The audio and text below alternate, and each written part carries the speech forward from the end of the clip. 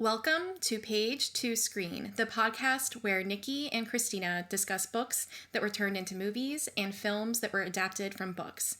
As always, we do remind you that spoilers lay ahead. Now, we invite you to decide with us the age-old question, which is better, the book or the movie? Today, we're gonna make you a podcast you can't refuse. Actually, you can refuse this. That was bad, but that's okay. Welcome back to Page to Screen. Joining, as always, is my Goomba, Kristina. Hello, Nikki. I come to pay tribute. You come here on the day of my daughter's wedding. Listen, that whole thing about... Before we get into the whole thing, can we just talk about that no Sicilian can deny a request on the day of his daughter's wedding? Ooh. First of all, maybe 90% of the reason we went to Italy to get married. So no one could ask my dad anything. You should have hit him up on Facebook. I was going to say, I should have hit your dad up for money the day of your wedding. Yeah. Hey, give me $50. Hey, so I understand you have a pretty nice record collection. Gimme, please. Yeah. I want to live in your house for a year. Can't deny me. Your daughter's getting married. Well, if people haven't put it together by now, today we are doing The Godfather. So we are starting... Play the trumpet music. We are starting with the 1969 book by Mario Puzo. Mm-hmm. It is about the Corleone family. It is both a crime and a family drama novel. So that's what we're talking about. Yeah, and it's funny because I started reading the book and then switched over to the audiobook, and I hadn't realized that Kristina had been listening to the same audiobook. Yeah. And it was really good. It was really good. It was really good. It was, oh God, what's his name? Yeah, what's his name? Joe Mantegna. Yeah, Joe Mantegna did the audiobook, but he plays every character. Yeah. So when he's being like any woman, like when he is Connie Corleone, I could not. When he's any woman, I was like, Jesus Christ. I thought he did a really good job, but it was just kind of funny because I just went on basically my first vacation ever after being married. And, well, I should clarify, it's a vacation that was not tied at all in work. So prior trips I've done, it was all because of my husband's work. So this was nice, but it was funny because there I am like taking a shower and listening to The Godfather. Yeah. And it's Joe Mantegna, and he's like, some of this stuff is really crazy. I mean, the language is pretty vulgar and a lot of stuff goes on. Yeah. So it was just really funny to juxtapose this beautiful vacation setting and Joe Mantegna talking about a big dick. Yeah, the title for this book should be The Godfather and the Story of My Magical Penis. Like, every man in this book seems to think that he holds the key to some sort of secret to women, and it all involves their penis. Because we didn't need that. It was very weird. Right? Was it very weird for you to be like, 1 minute they're talking about, Luca Brasi swims with the fishes. Great. Next chapter, Sonny's penis.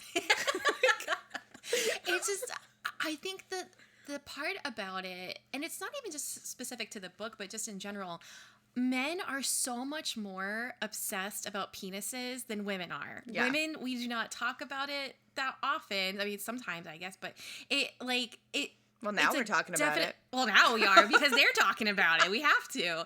But they are so obsessed with it, and women are just not. So it's just kind of funny, like, the only people talking about it are these guys.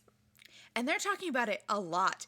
I mean, the whole, like, I would say the first 4.5 chapters is literally, because that's when they're introducing us to everybody, and every guy they introduce us to is like, hi, I'm Sonny Corleone, and my penis is magic. It's like, cool, great. Hi, I'm Michael Corleone, and my penis belongs to Kay. Great. Hi, I'm Fredo Corleone. I'm a scared little baby, but here's my penis. No, like, I don't care. It isn't until Vito Corleone, the Don, the Godfather, gets shot that things actually, you could have left off all of that stuff. You know, I will have to say that I am glad that I read the book after watching the movie, because I think it was easier for me to read the book and know and follow who is who. Yeah. With all the names like Clemenza and Sonny and the Turk and everything, because I had the actors in my head, which I know is not like the best way. Like usually you're supposed to just take it as its own, but it did kind of help me keep everybody in order. Like I feel like without having the movie ahead of time, I would have been a little confused. Oh yeah, they drop a lot of names. There's a lot of names. There's so many names. There's so much happening in this book. Yeah, for sure. That I was just like, and I have seen the movie a bunch of times. Mm-hmm. I mean, we all know there's only 2 of the movies anyway. So you only have 2 movies to watch. So I've only watched 2 movies. But I've seen that movie a lot. And even having seen it that many times, reading the book, I was like, huh? What is happening?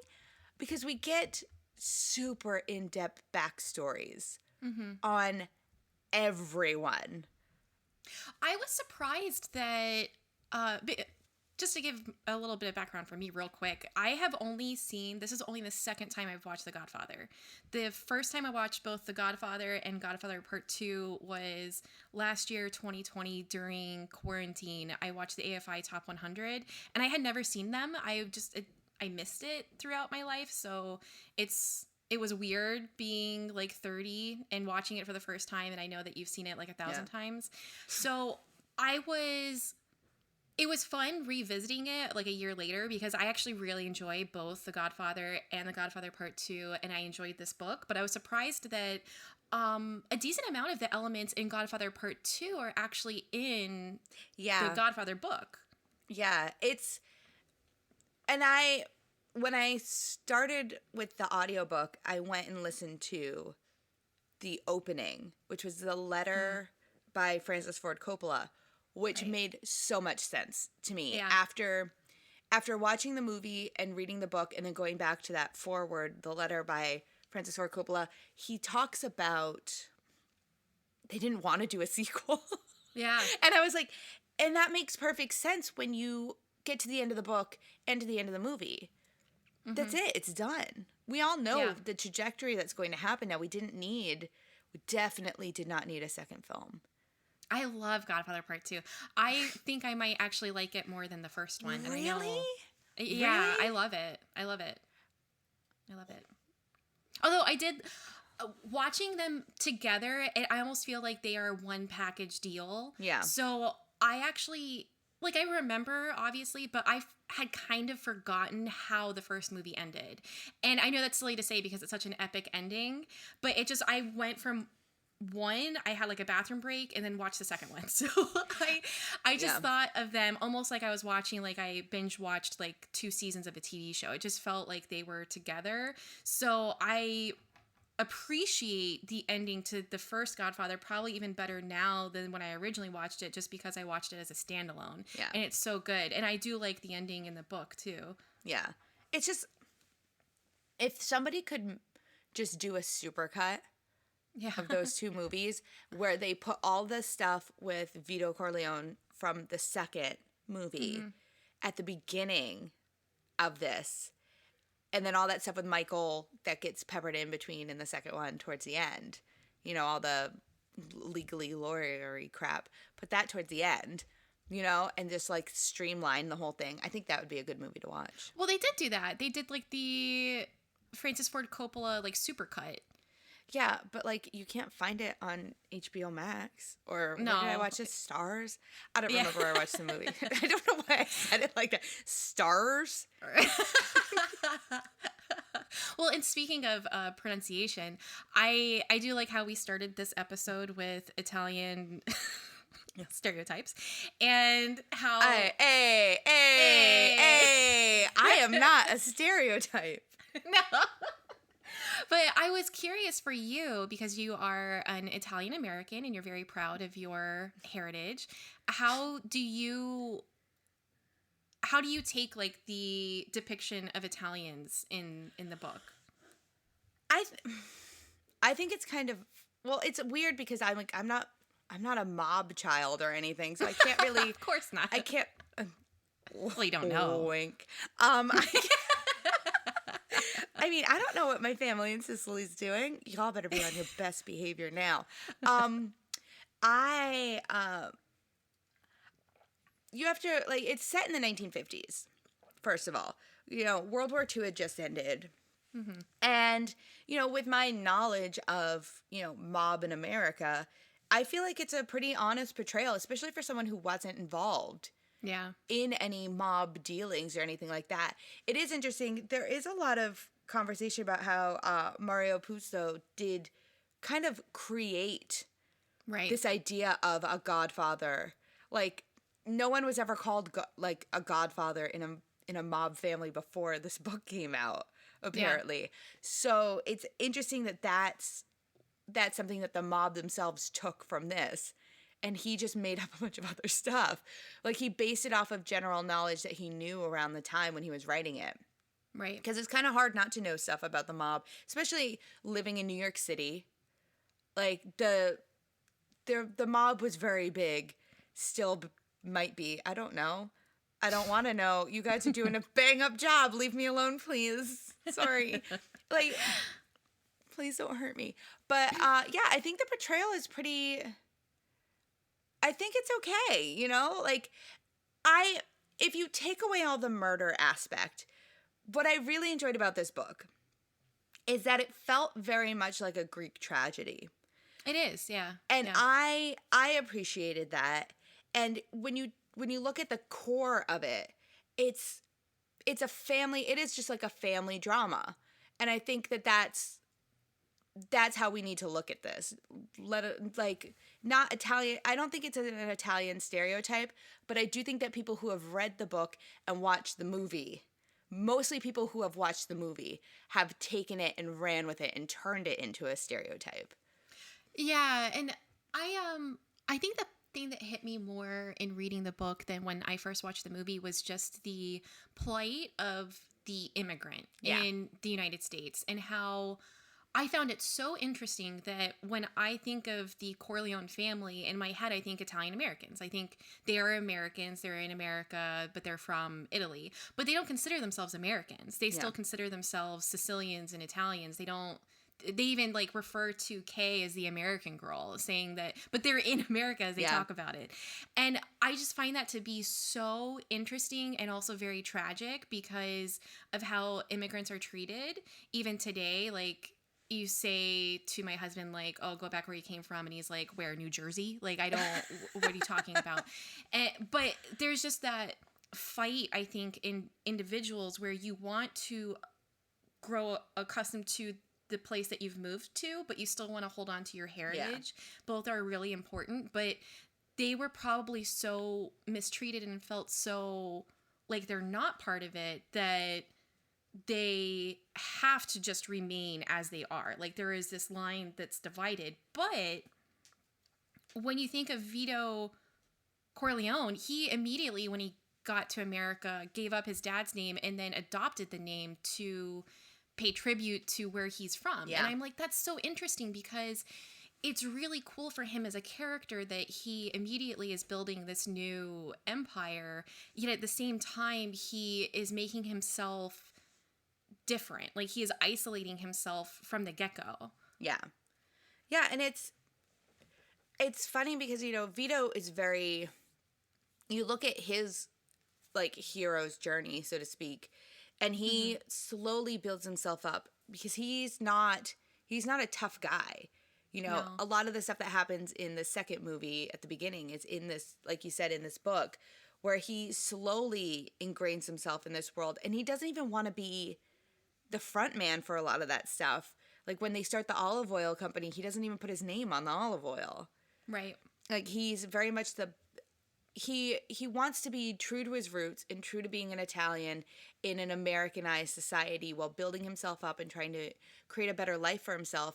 And then you have his son Michael, who is doing the almost exact opposite. He doesn't want to be associated with his family. He doesn't want to, it's almost like he doesn't want to be Italian. He wants to be American. That's why he's with Kay. That's why he fights in the war. And it's like this struggle that he toes the line between, am I an all-American boy or am I my father's son? And it was so interesting how when Vito gets approached by the guy at the wedding who had the horrible thing happen to his daughter. Yeah. And Vito was upset because this guy went to the justice system of America, that he relied upon a honestly flawed system of judges and deciding, but the people who did it got away with it. And Vito's like so mad that he chose the American justice system instead of going to him instead. And I was just like, holy shit. Like, it's just so interesting because now I think we have a lot of discussion about the justice system, and that goes starting from cops on the street all the way up. And you have this guy that's like so angry about it. And it's a interesting look because he also is coming from the point of view of like, they're not on our side. Yeah. We're different. And whether or not he is too harsh on that, it was still interesting that he felt that he was equal to that. You know, I loved that the book opened with that court scene. Yeah. Because it really sets up so for anyone who hasn't read the book, the way the book opens is we have the court scene where he's literally in court and he hears the judge tell these three upstanding white men that we don't want to ruin your lives, so go. Just don't try to rape a woman again, basically. And at the end of that beginning, he's like, he only had one thing left to do. He had to go visit the Don. And then you go to, oh my God, what's his name? Johnny Fontaine. And how he's struggling with singing and all this stuff. And he's like, he had one thing left to do. Go visit his Godfather. And it really, all these little vignettes where you start to meet these individuals who aren't really main characters in the story. They're kind of like B plot to the main stuff. You get all this idea that there's only one person who can fix everything, and it tricks your mind into thinking the story is all about Vito. When it's not. Yeah. It's definitely Michael's story. 100%. But to that other point, bringing in these side stories leaves us with these chapters we don't need in the book. I was not prepared with the onslaught of the Johnny Fontaine story. It is so much of the book. I was very surprised. I thought that was a much smaller story, but it's really not. Yeah. There's so much of the book is just about Johnny Fontaine. This is a reverse Jacob Black Twilight situation. Because I'm so interested in where you're going with this. We read that Twilight book, and he's in one scene in that book. Oh, okay. Then we saw the movie, and he is everywhere. Oh, there he is. There he is. There he is. When you read The Godfather, Johnny Fontaine is like every other chapter. We learn everything about him, and I mean everything. And then you watch the movie, and it's like, he's at the wedding. And like an hour and a half later, we're in Vegas, and there he is again. It's like, oh, okay, that's it? Cool. No, we learn everything about him in this book. Like, the whole thing with, like, how Vito's all upset with him because he divorced a good Italian girl. Yeah. And, he wants to be in the movies. And then there's that whole business where he's a producer of movies, and he decides to bring his best friend, which isn't even a character in the movie, out to California, and they get drunk together, and they just sleep around with young girls. Young girls. Young girls. Young girls. Emphasis on young. Lots of people in this book sleep with a very young girl. It just gets weird. And honestly, that stuff, whatever, that's all well and good. The chapter we definitely did not need is chapter 22. Chapter 22, Sonny Corleone has a girlfriend. Yes. And this girlfriend was a bridesmaid in Connie's wedding in the book. Right. Mm-hmm. And it's in the movie. You know, Sonny sleeps with her at the wedding. Mm-hmm. Well, apparently, that's not where it ended. They screw around all over New York City in her apartment, and she's madly in love with him. And the Corleone family sends her to Las Vegas with Fredo and all of that mumbo jumbo. And she's just like a bookkeeper, blah, blah, blah. Mm-hmm. Who then, this whole chapter, you guys, is all about her. And she falls in love-ish. She says she's never going to fall in love again because of Sonny. And then she falls in love with the hotel doctor who sleeps with her and is like, your vagina is saggy. Let's fix it. I'm sorry. I'm sorry. But, okay, the whole chapter is about her getting reconstructive surgery. Yep. Because Sonny, he wrecked her. That's the whole... Oh, yeah, because he has a big penis. He has a huge penis. By the way, guys, that's not how vaginas work. I don't know if I have to tell you that, but that's not how they work. Well, listen, you don't have to tell me that. But maybe we should go back in time and talk to Mario and be like, listen, don't put that in your book, dude. Don't do that. But yeah, that whole chapter is about her getting reconstructive surgery so that he can sleep with her because she currently has a wide set vagina. But you know, it just annoys me. It's like the hubris to think my penis is so big that this chick's gonna need reconstructive surgery, and whole babies come out of that. Like, don't give yourself too much credit. Yeah. The whole thing that was weird to me about that is it's like, who is Mario talking to when he wrote this chapter? Do you know what I mean? Like, everything around it, everything leaning, like at chapter 5, Vito Corleone is shot. And we have all this stuff with, you know, Michael preparing to kill the dirty cop, who we find out is super dirty because he has his own chapter. Everyone has a chapter in this book. The only people who didn't have a chapter in this book were you and me. Like, that was but then all of a sudden we get to chapter 22 and it's like, what was the point?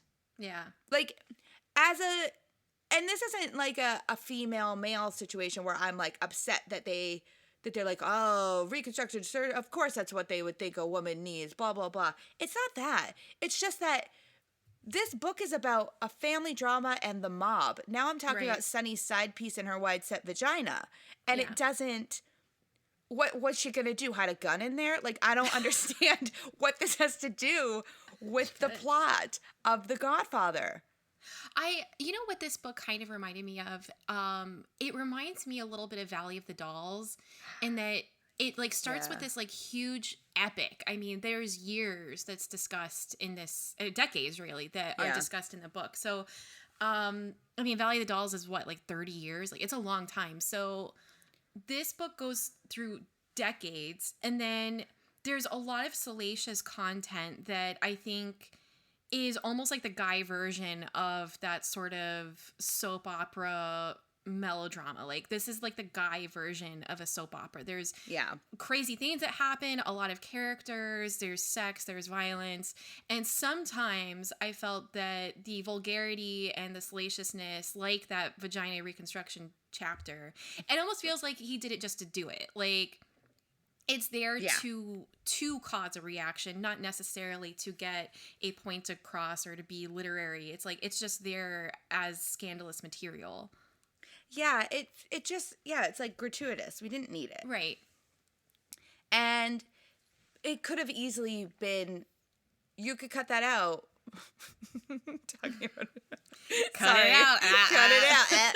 You could just cut that whole part out and it wouldn't change anything because she doesn't come back in the book. No, she has no bearing. She had disappeared after the first chapter. Doesn't show up again until this chapter, and then is gone from the rest of the book. Yeah. She has no bearing on anything. She doesn't change anything at the casino. She doesn't change anything with Johnny. She doesn't do anything of merit. And it was like, why would you waste you were typing this out on a typewriter, dude. Why would you waste ink and paper to talk about some woman's wide set vagina? Yeah. It just doesn't. I have said wide set vagina so many times. It makes me think of Mean Girls. It's just like, that's the part that really took me out of the entire, like, everything leading up to the chapter had this really good energy, and you're feeling for this family who's really not fully understanding what it means to try and survive without their patriarch.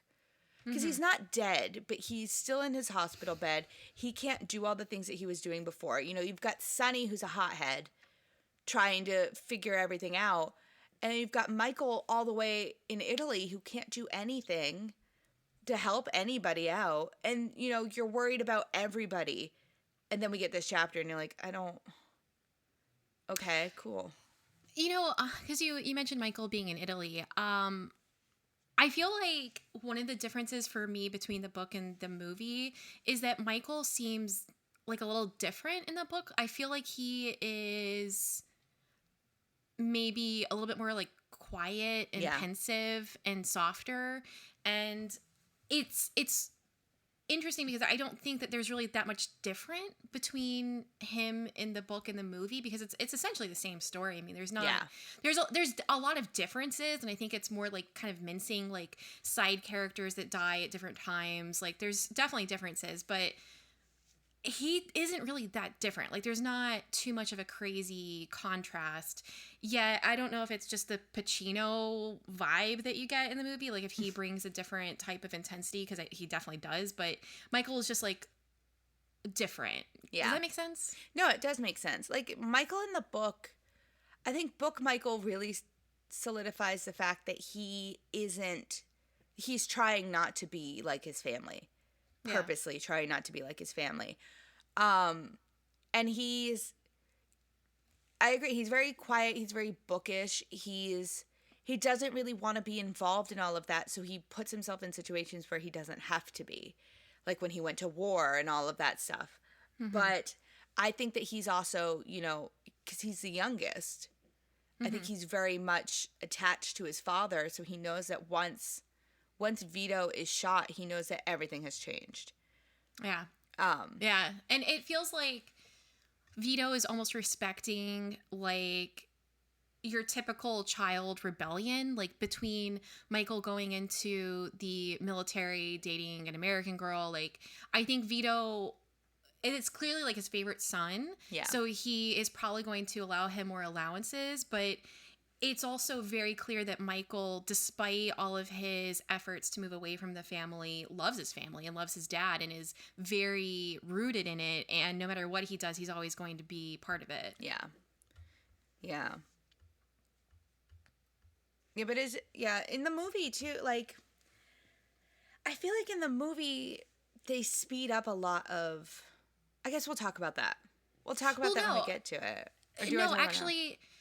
I think that's perfect though, because the book is definitely something that takes a lot of time, and it's the type of book that's really good when you like a movie to go to, because it's going to be very similar, you just get more. So scenes take longer, there's a lot that happens time-wise, and one of my favorite parts is actually when they are trying to figure out how to get the when he does shoot the guy, like the whole setup, like how they plan it out, and the guy's breaking down like, okay, you just can't be found with a gun in your hand, you got to do this, you got to do that. The Chinese food one. Yeah, I love that part. And I felt like it was a lot longer in the book, and it was more interesting because you almost don't even realize what they're doing, which was that they've done this before and they've done it 1,000 times, and he knows exactly how to do it, and how just disturbing that is. Like, this guy is a professional at killing people. Yeah. Well, that's the thing with the book. I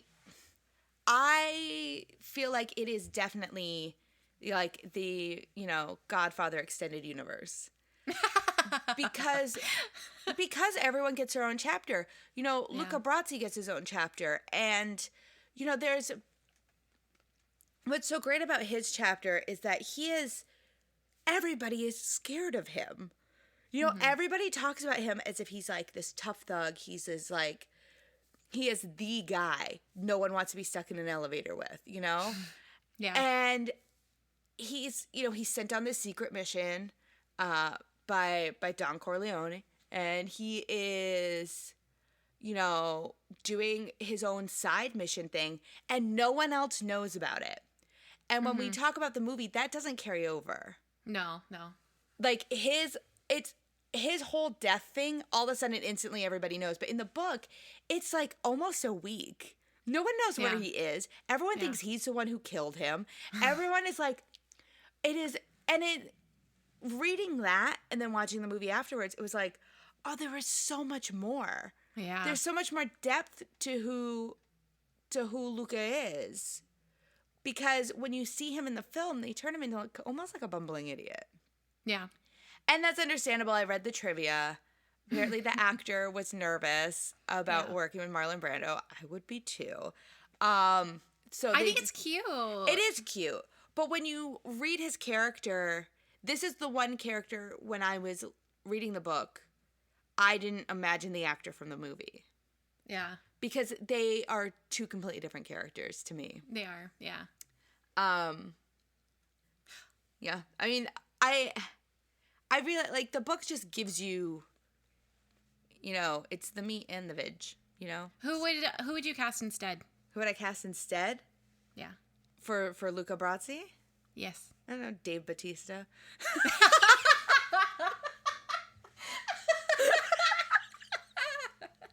He's in everything. Why not? Yeah, nothing screams Italian to me like Dave Bautista. Listen, I could have said Dwayne "The Rock" Johnson.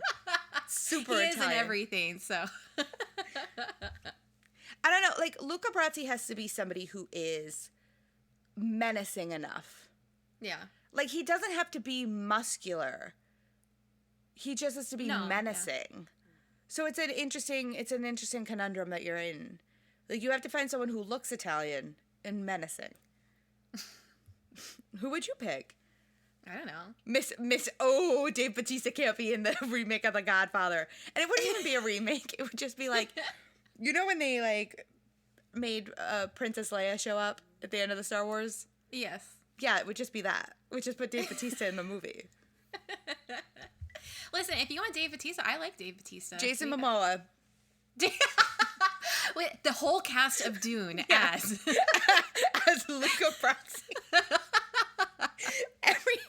It just keeps changing every other line. It's a different person. We're gonna get Zendaya. What are you doing in this movie? Timothée Chalamet is gonna play the baby at the end. Yeah. Hey guys, we're redoing The Godfather, the Dune Father. It's gonna be fine, you guys.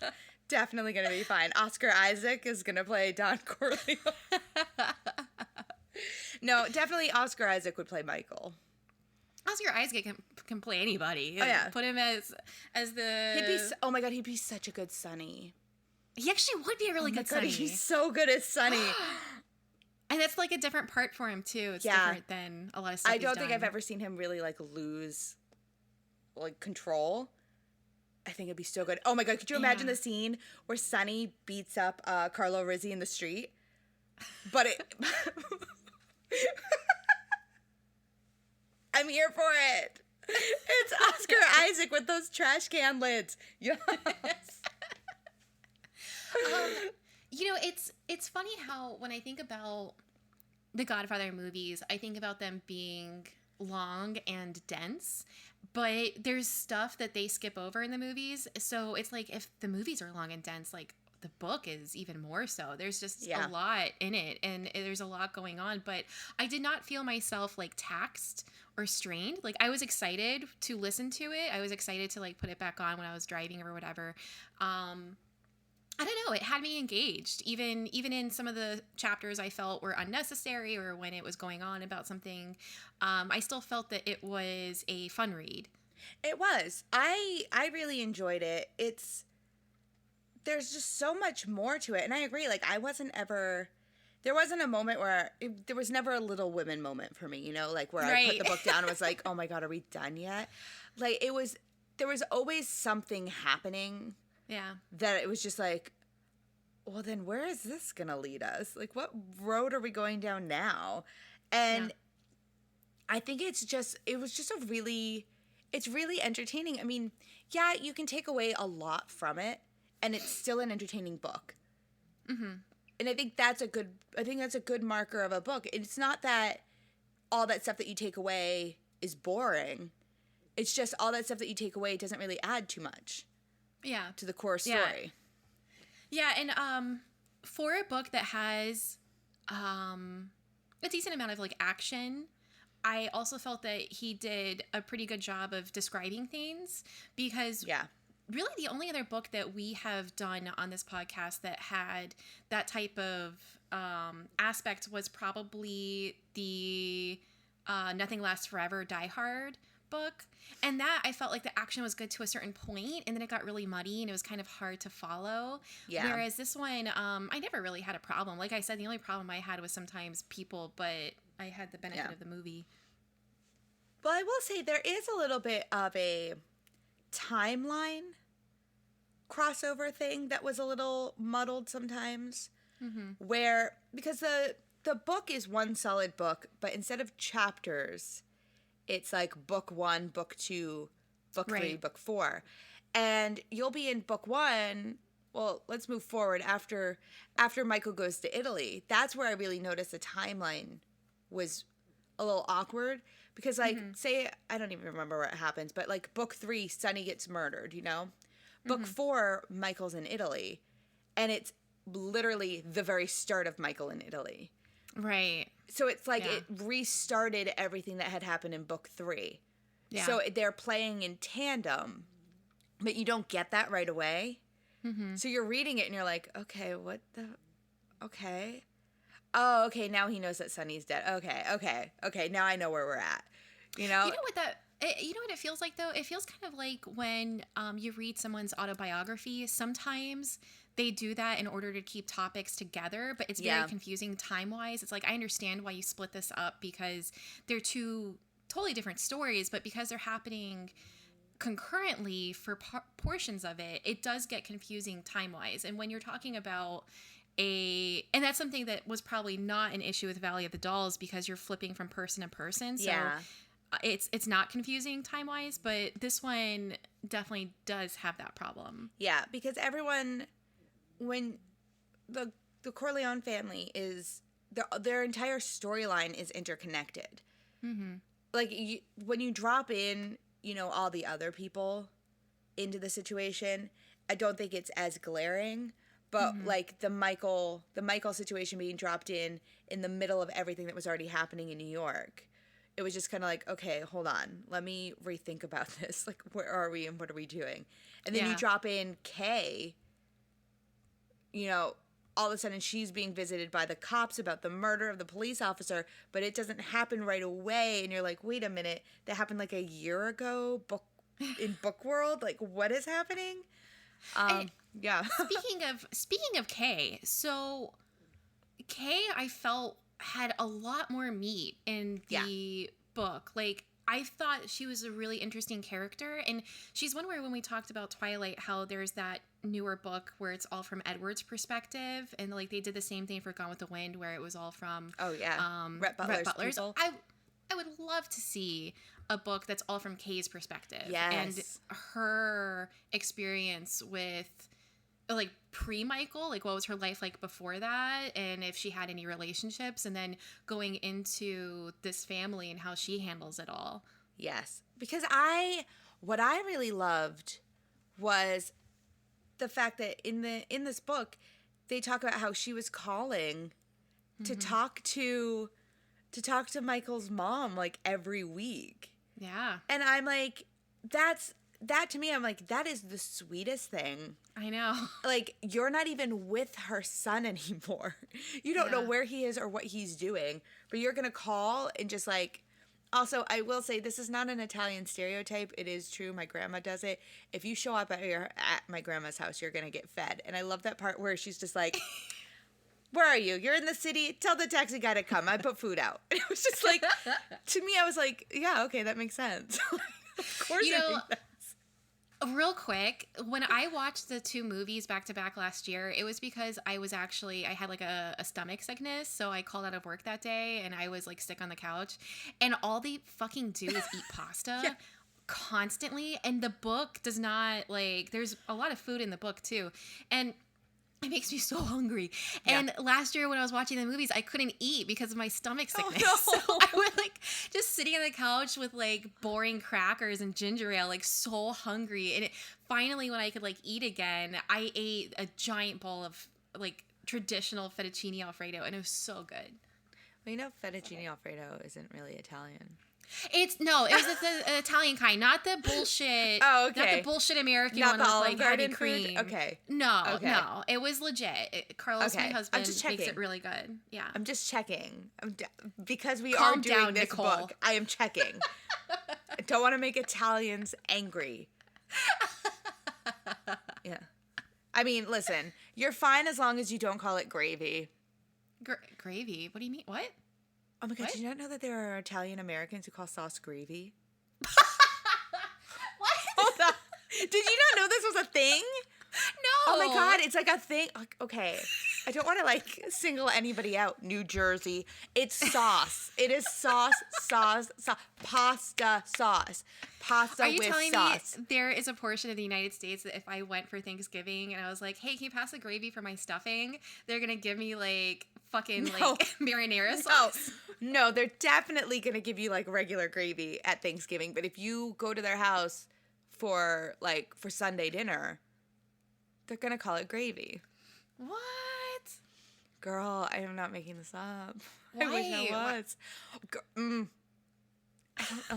I don't know. I don't know. It doesn't make sense to me. It doesn't make sense. I don't want to single anybody out. Now we're going to get all these angry messages. I don't care. It's sauce, not gravy. Next time Carlos is making spaghetti sauce, I'm just going to go down and be like, oh, gravy looks real good. No. It's going to be are you out of your mind? I feel like every episode I have one soapbox and this is it. This is my shout it from the rooftop moment. It's sauce, never gravy. Anyone who calls it gravy is an idiot, and I don't care. I'm putting it out there. Thank you. Thank you for coming to my TED Talk. You did a beautiful job. Thank you. But yeah, they do eat. They do eat a lot. They eat. Oh, that's just what you do. I don't know what to say. It's just an Italian thing. I'm getting hungry. I know. Now I want to eat pasta. We should talk about the movie now. Pasta so bad. We should talk about the movies so then we can stop recording and eat pasta. When I was looking at reviews for the book, I saw one that was really interesting that was the New York Times, where they basically say that the book is a voyeur's dream. So all of the really horrible things that we want to do, sexually and violence, it's all in the book. So when you read it, it's like some sort of weird exercise of the worst of human impulses. Yeah. And it's all in there. And I was like, that's a really interesting take, and I understand it to a point of view, but I also think that it's more so what you said at the beginning, which is it's a Greek tragedy.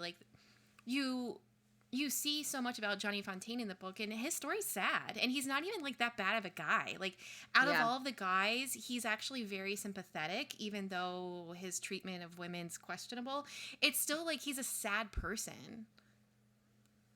Yeah. He's very sad. There's a lot of honorable moments in a lot of the men in the book, even though they're terrible people. Yeah. I mean, I will say there is a little asterisk after that, because I think we can both agree that Carlo Rizzi is neither a good man nor a man at all. Listen, I could not wait for his death in this book. Spoiler alert, he dies, and he deserves to die, and no one should mourn him. Come on, Connie, don't mourn him. He's a monster. He's a monster who beats her and cheats on her. Yeah. And he's not even Italian. Blonde hair, blue eyes. Get out of here. I'm sorry, but he's an idiot. You're really going to marry the Godfather's daughter and treat her like shit? That's not the best idea. And then he brags about it. I know. All the time. He's like, oh, I put her in her place. Ooh, she's about to put you in your place. Because here comes Sonny running down the street. Sonny's going to get you. Sonny gonna get you. He's a coming. He's unzipping his pants. He's taking out his weapon. Yeah. He beat him to death with his penis. His magical penis. His magical vagina-widening penis beat the crap out of Carlo Rizzi. See, I can write a book, too. See, there you go. That was beautiful. Thank you. Every time Carlo Rizzi gets what is coming to him, I just felt like, yeah. Yeah. Stab him in the face, maybe, too, while you're at it. That'd be great. And the fact that Carlo is constantly scared made me feel good, too. Yeah. It's like, you deserve to be scared. But the one thing that I really appreciated, besides all the beating up of Carlo Rizzi, was Vito Corleone has a very strong anti-drug stance. Yeah. Which, it's in the movie, but it's a lot bigger thing in the book. And he's very anti-drugs. And I was like, that's a very interesting hill to die on. No offense, Vito Corleone. It's interesting, and I've always been fascinated whenever you watch like mob and mafia movies and TV shows, how there's still like a code. There's still certain things that you simply do not do. And I love that you've got, I think Vito is just such an interesting character because he directly has killed so many people, directly and indirectly killed so many people, and has done really horrible things, but I do believe he truly believes he is protecting his people. And it's complicated because there's like multiple deals and everything, but it's like freaking Game of Thrones over there. It's like there's constantly a lot of different connections and games to be played amongst it all, yet he still draws a line on certain things. Like, no, you absolutely don't do that. And then even just at the wedding when he's like, no, Michael has to be there, and this wedding needs to be nice. Like, he's truly a family man, and he has just certain things that are black and white in his mind. It's almost a Lestat situation.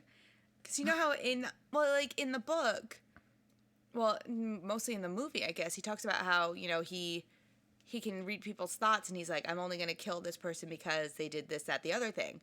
I feel like Vito Corleone has the same sort of idea in his mind that what he's doing is he's getting rid of the bad guys. Right. But he is the bad guy. He is the bad guy. He's the king of the bad guys. So you're saying it's like a Dexter situation? There we go. It is. It's Dexter. It's Dexter, but Italian. Italian style. Yeah. Dexter with a side of gravy. I should never say anything. I'm not going to let it go. Hi, everybody. She's going to say gravy all the time now. What would you like on your pizza? Well, first of all, gravy. I do love the name Godfather. Godfather is just something we use all the time. Oh, I got a baby, now I got a Godfather too. I don't know.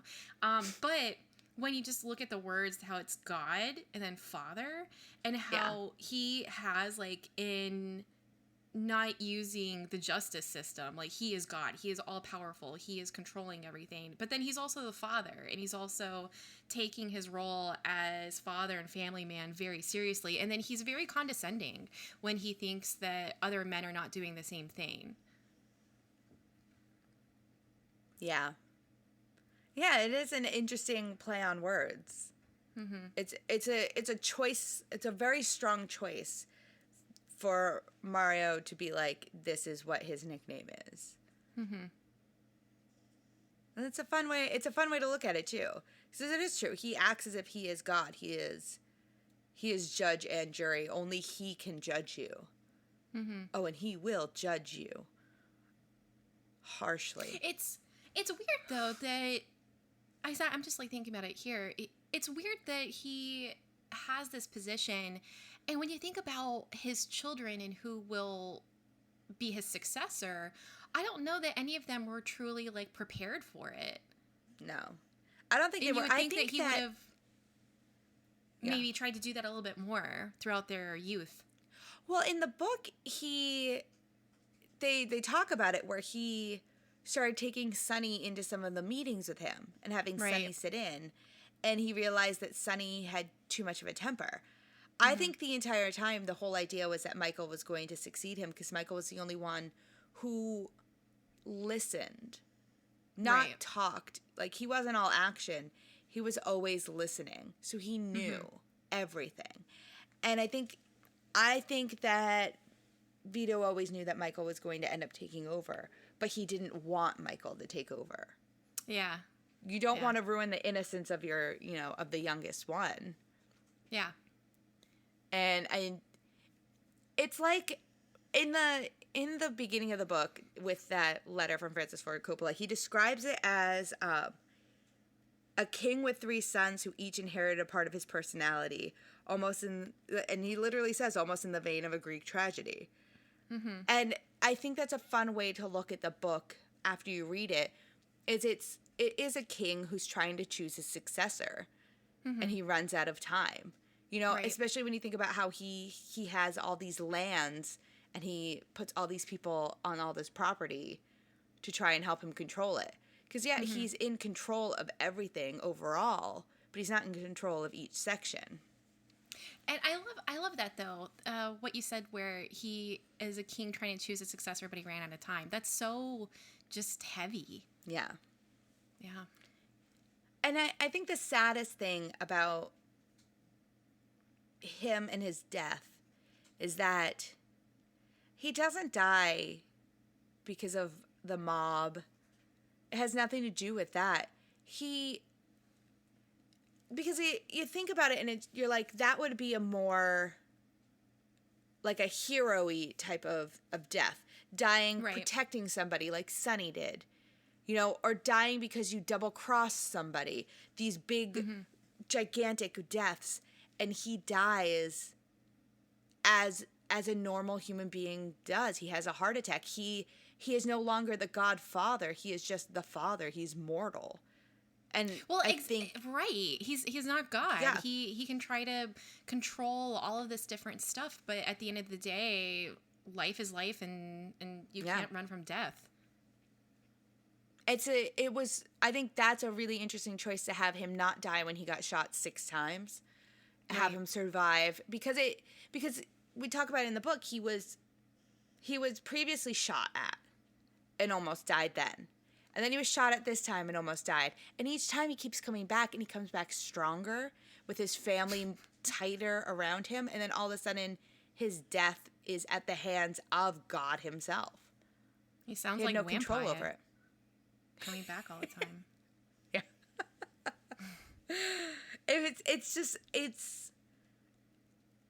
It is like in a Greek tragedy where the main hero has to be brought down a peg. See, and you're like the Godfather expert on this episode. I don't think in the movie, I don't think so. In the movie, when he gets shot, I feel like it's a bigger moment because I don't think that they mentioned that there had been prior assassination attempts. Whereas in the book, like, that's pretty clear. And I do think that that's a fairly big difference because it feels a lot bigger when he does get shot because you're made out to think like he is untouchable. Whereas in the book, this isn't the first time. Yeah, there's a lot of stuff in the book that they specifically state numerous times, we don't talk about that. Yeah. Which I found to be really interesting. Like, they don't talk about the worst story that no one talks about, which is in the book, is Luca Brasi murdering a baby. Yeah. That was like, I'm sorry, he did what? Yeah. He threw a baby in a furnace.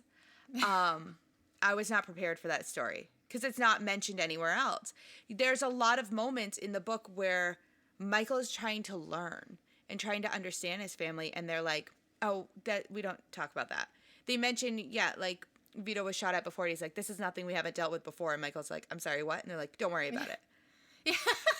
And it's all stuff that we have to piece together from, you know, the backstory chapters. So do you think that becoming the Godfather is like becoming Santa Claus or the presidency? It's like they have to sit you down and be like, okay, here's all the shit that nobody knows. So aliens are real. And this and that. And yes. it's like, okay, I got 100%. it. Got it. Okay. Yeah. Yeah. It's you get the president's secret book when you become the Godfather and you learn everything. But I think, and I do think that, like, all jokes aside, step aside jokes, I do think that when you become the Godfather, that is something you need to know. Yeah. Because, not about aliens. No. But, like, I think that you have to have one of those sit downs. Yeah.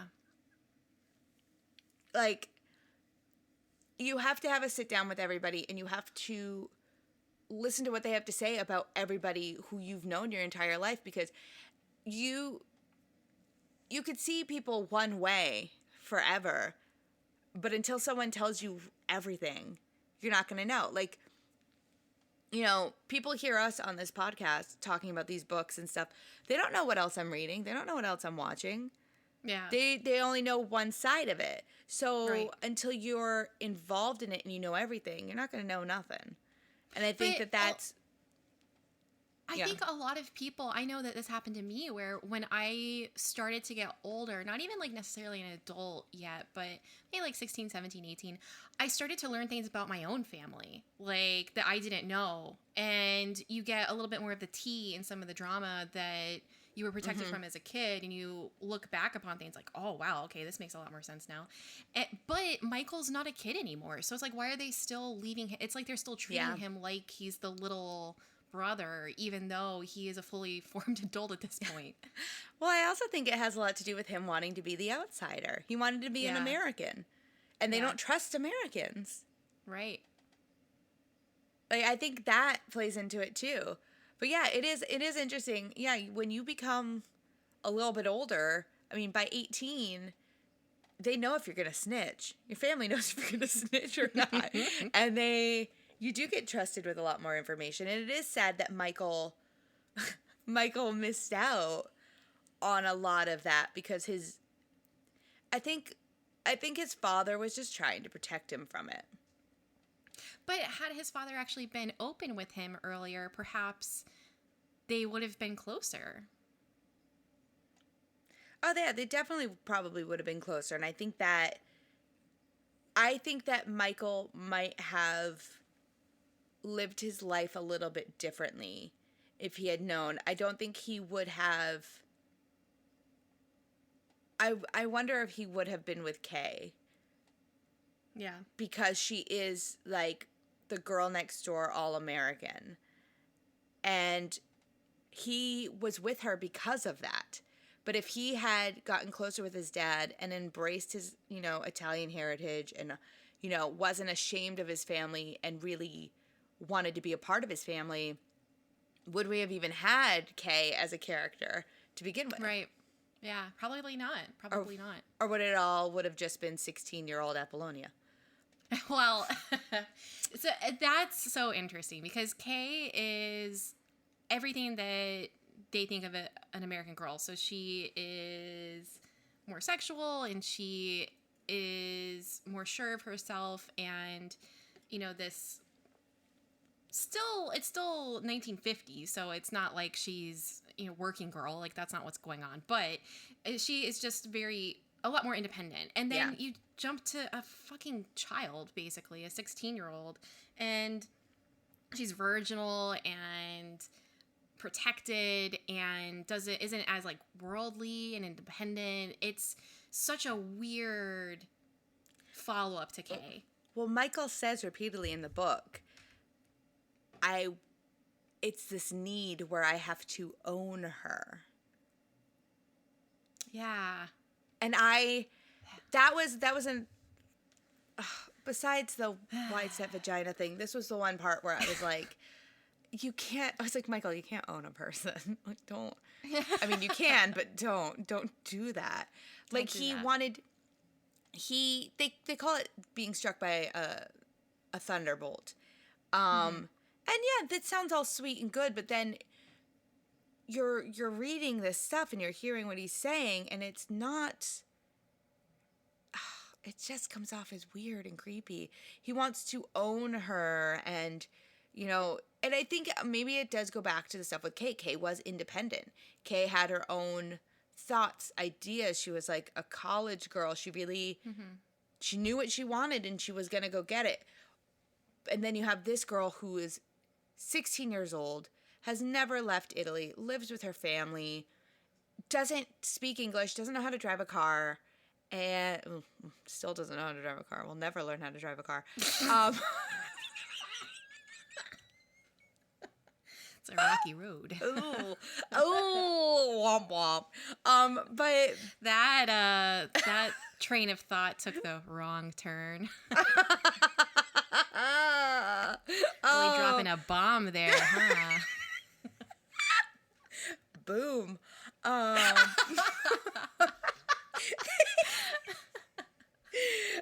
But his idea of love with her is an ownership, not a partnership.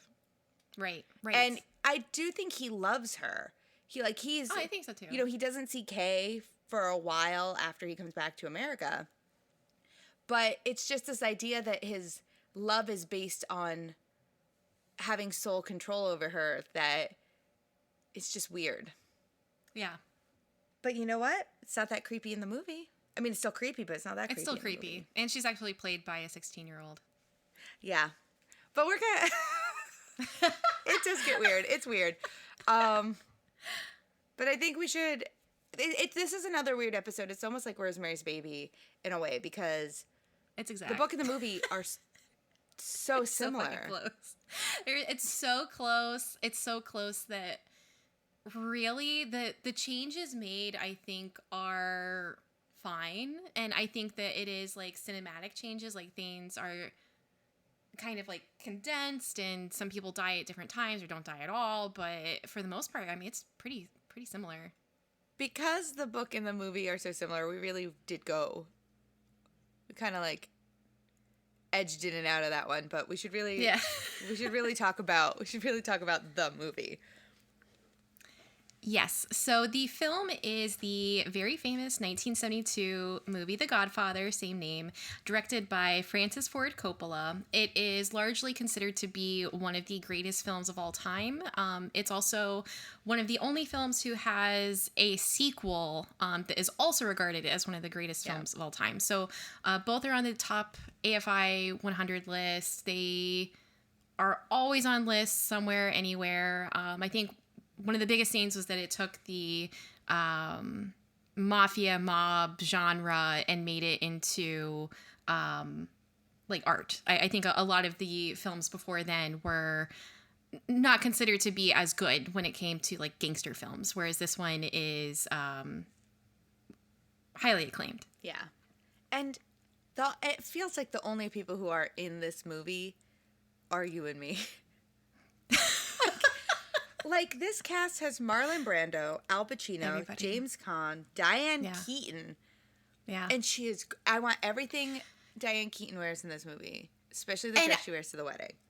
I love Diane Keaton, and there is just this natural quality to her and Al Pacino when they're on screen together that is just so good. It's so good. I want more of her. I wish that there was more of her. Yes, I wish more of what was in the book for Kay was in the movie. Yes, she would have killed it. Oh my god, I could watch her act like all day, every day. She should just come over to my apartment. And I feel like that might be one of the reasons why I like the sequel, because I think she's got more to do in that one. Yeah, she has more to do. She asserts herself a whole lot more. I mean, she really makes him mad. Oh, she do a bad thing. But the movie is... I understand why people think it's like one of the greatest films of all time. For me personally, it's not in my top, 10 greatest films of all time. And like, it's not for lack of anything, you know, it is a great film. I'm going to say that. It is a good page to screen adaptation. It's a great page to screen adaptation. I mean, it's extremely close to and faithful to the book. And what you already said, like the fat that they cut, I think should be on the cutting room floor. Yeah. Nothing they cut upset me. I mean, there's one part that I kind of wish was in there, which is when Michael has his Michael Corleone has his he has his button men go out to like Long Island or whatever, where the car driver in Italy is now working at the pizzeria. Right. Yes. And they kill him to avenge the death of Apollonia in Italy, and I was like, I really wish that was in the movie. Yeah. No, that's a good scene. Because I feel like Michael doesn't get closure. He doesn't. After she dies, and I feel like in the book he does with that death. And that's the only thing that I was like, it's just a short thing and I wish it was there. Yeah. But that's just me. I love the story of Michael and of his rise, and the movie in general. The thing that I like about it is that the choices Francis Ford Coppola made in the scale of it, because it is in a way an epic. It's a lot of years, a lot of people, a lot of drama. Yeah. And a lot of the shots just feel very intimate. Like, it's dark. It's not overly lit. It's tight on people. And it feels like you're sitting at that table talking to them. Yeah. And it's very intimate. And that's something that won't necessarily be as immediately noticed. Like, say you watch a director who is perhaps, I mean, I just watched Dune, so that movie's a gorgeous movie. I mean, even if you don't give a shit about Dune like me, it's still like, it's just pretty to look at. I'm telling the truth. It's pretty to look at, and I can watch that movie and all these beautiful actors that are in it forever, and it's very obvious that it's a pretty movie, whereas this isn't as obvious, and it's right in the 1970s, so you have all of these method actors and these actors who are trying to get a very grounded performance, and all of that comes through beautifully. Like, it's just very well done. I think everyone understood the assignment, and it works. Yeah.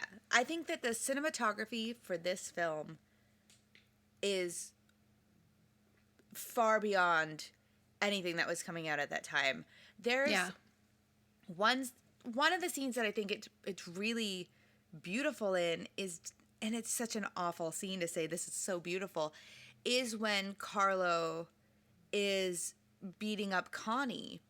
And, you know, we're in that room with them. We're traveling as she's destroying everything in the house. And it's that shot of, we're far back and we're in the bedroom. And she runs into the bathroom, and the bathroom has that mirror on the outside. Yeah. And she slams the door shut. He kicks it in. And we see them in the bathroom by way of the mirror that just like, as the door slowly starts to close. And every time I watch that, I'm like, this, when he got that shot, if he didn't go out and get a drink right afterwards, because the way it's done is just, it's this finding beauty in that ugly moment is definitely difficult. And that was gorgeous. Yeah. And don't even get me started on the, you know, the juxtaposition between the christening and I love it. I love it. It is amazing. Every time I'm like, if you only have to watch one scene from The Godfather, make it that scene. Yeah, and the obvious take is just how you go from deep violence of all these people being assassinated and murdered, and then this young baby getting christened, and that's the obvious just black and white of it. But more so, I believe, is that it's Michael's christening. This isn't about the baby getting christened. This is Michael, and he is now the Godfather. He has now officially taken that spot, and beyond that, it's kind of like recently the Book of Boba trailer dropped. I don't know if you saw it, but Yeah. in it they compare how Jabba the Hutt ruled in fear and how Boba Fett's going to rule with respect. And this one's the opposite. It's like I think that everyone had respect for Vito, and now with Michael, he is just beginning his reign in pure brutality. Yeah. He's ready to kill everybody, basically. He's out for Yeah. He's literally out for blood. Yeah. But yeah, that's exactly how I see that christening scene too. And it's almost as if it's instead of gaining innocence, he's losing his innocence in this moment. And absolutely. It is just so beautifully done with the priest doing the prayer and then all of these people dying. And it is hands down, the movie definitely isn't in, like I said, it's not in my top, just, you know, personally for me. I mostly only watch Disney cartoons, but but this scene, if someone were to ask me what I thought was one of the greatest scenes in cinema, this would have to be up there. Yeah. It's just, I could, like, there's so much you can unpack in that one scene. And, you know, the fact that the whole time all of this is happening and the christening is happening, Michael is planning to kill Carlo Rizzi. Yeah. It's all happening all at once, and it's like... Yeah. It is mind-blowing, the look on Al Pacino's face while he's in that scene, too. It's like you can see him realizing everything as we, the viewer, are realizing everything. It's beautiful. Well, and you talk about the look on his face, the look on Kay's face, the very ending of the movie. I've got goosebumps right now. When it's just... Kay on the outside of the door looking at him in the room. They are now in two completely different, whereas the beginning of the movie, it's the two of them and they're cute and they're kind of like cuddly almost at the table at the wedding. And the way he looks at her, he just looks at her and you see him loving her. He's just looking at her with this like love in the eyes, but also this kind of walking on eggshells because his family is his family. And now they are two completely different people, but they're totally tied together. And she's just staring at him. And the look on her face, it's just so good. Like there's so many different layers to the way that she's looking at him. Yeah, and it's funny because talking back about the book, that is kind of, there's an extension to that because... You know, we know that she is going to church every day with Michael's mom, trying to be a devout Catholic. And it's kind of the same thing between the book and the movie. Michael lies to her. Yeah. Because she's like, Connie said that you killed all these people. Like, is that true? And he's like, what? No. Me? Murder? No. And it's like, and she believes him because she loves him. And in that instance, you see everything that was cut from the book. Everything that was cut from the end of that book is played out on her face as he slowly closes the door and she realizes, oh my God, my husband lied to me. Can I trust him or is he going to kill me too? Yeah. And it's beautiful. It is gorgeous. You know, if you have to watch 2 hours of a film to get to that scene, it's worth it.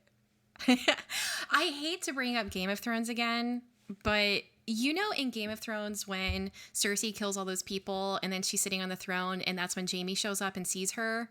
Yeah. Okay, and he's got that oh shit look on his face and you can't quite tell what he's thinking in that moment. It's like, is he proud of his sister? Is he terrified of her? Is he ashamed of what she's done? Like, it's very similar. Yeah. Oh, yeah, it definitely is. So good. It's so good. And honestly, like, the sequel offers a lot. You know, The Godfather Part 2 has a lot of stuff, you know, that was in the book, that got cut from the book, is now in this other movie. But if they had just left it with this, I wouldn't have been upset about it. I wouldn't have been mad about it, you know? Like, I think from that final shot at the end of the movie, we completely understand what's going to happen. We can see the trajectory he's going to take. I also think that so many movies copied this movie when you've got like the opening of the movie. I think it's like, what, half an hour at the wedding. And then you've got the deer hunter that comes in later, and it's like, oh, well, he did half an hour of a wedding. I'm going to do an hour of the wedding. And then the whole like christening, like everything, even when you're talking about Connie getting beat, like I feel like that's kind of copied in Raging Bull, but not as good. So you just see all this very 70s stuff, like very much 70s filmmaking in this, but you see it really for the first time in 1972. And then it gets copied for the next decade. It's still getting copied now. Still getting copied. I still feel like you can find elements of... You definitely find elements of The Godfather everywhere. Because it was such Breaking a Bad. groundbreaking... Yeah, exactly. It's one of those things that has really changed, like, the cinematic world, I feel like.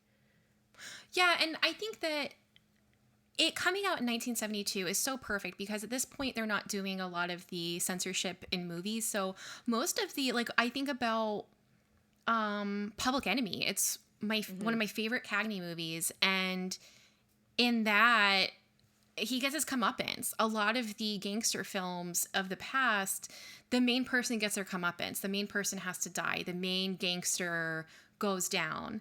Even like, what's that one? Manhattan Melodrama or whatever. Yeah. I think Clark Gable in that is kind of like a questionable character, and he gets put to death at the end. Yeah.